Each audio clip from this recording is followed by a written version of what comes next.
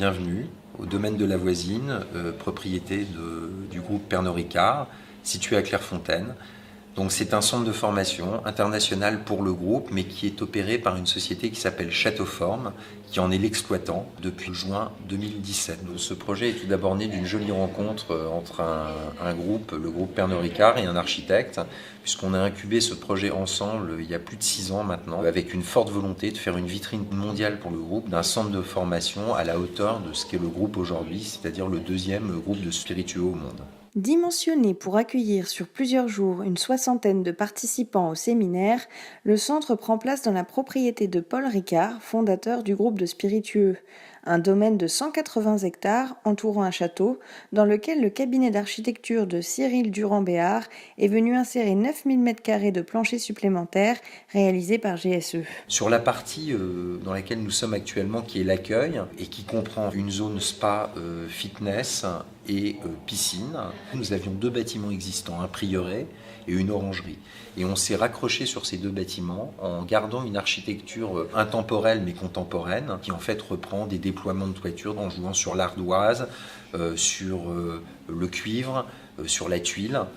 Donc ensuite un deuxième pôle qu'on a appelé les hameaux, qui correspondent aux hébergements. Donc on a 57 bungalows posés dans la nature, en fait, qui sont des modules en bois, qui ont été entièrement construits en usine, transportés par convoi spécial et ensuite installés sur environ 850 micropieux et décollés du sol pour laisser l'écoulement naturel des eaux d'environ 70 à 80 cm.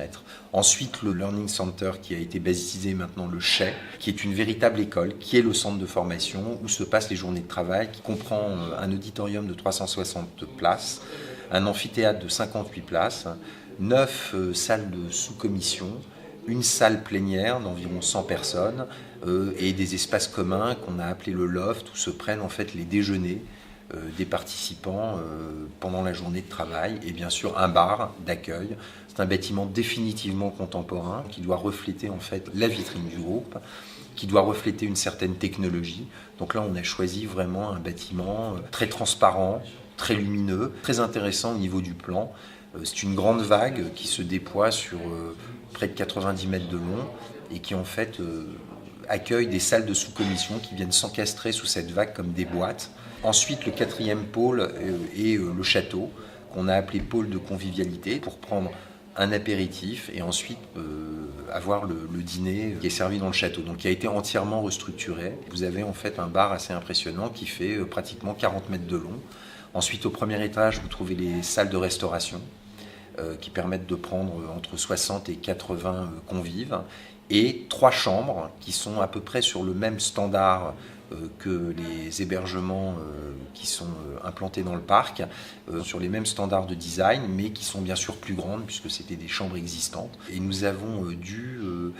ajouter de chaque côté ce qu'on a appelé 2 oreilles, qui ont permis de le rendre accessible aux personnes à mobilité réduite et qui ont permis également de régler tous les problèmes de sécurité qu'on voit assez peu, qui ont été traités en inox polymiroir dans leur revêtement extérieur,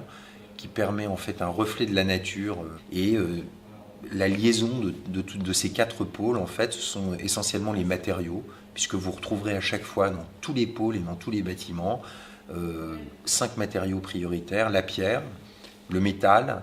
le verre, le béton et le bois. Un projet de grande ampleur pour le cabinet d'architecture qui a également restructuré la dépendance à destination du gardien du site, en plus du design d'éléments mobiliers. Pour un architecte, c'est important, c'est pas de faire un beau bâtiment, parce que le beau est subjectif, mais c'est de faire un bâtiment qui marche. Et donc là, on a des retours plutôt très encourageants sur ce bâtiment, car je crois qu'il y a un taux d'occupation qui est proche des 90% et un taux de satisfaction qui est proche des 100% sur le retour des participants. Donc ça, c'est très bien, et ça va sûrement permettre,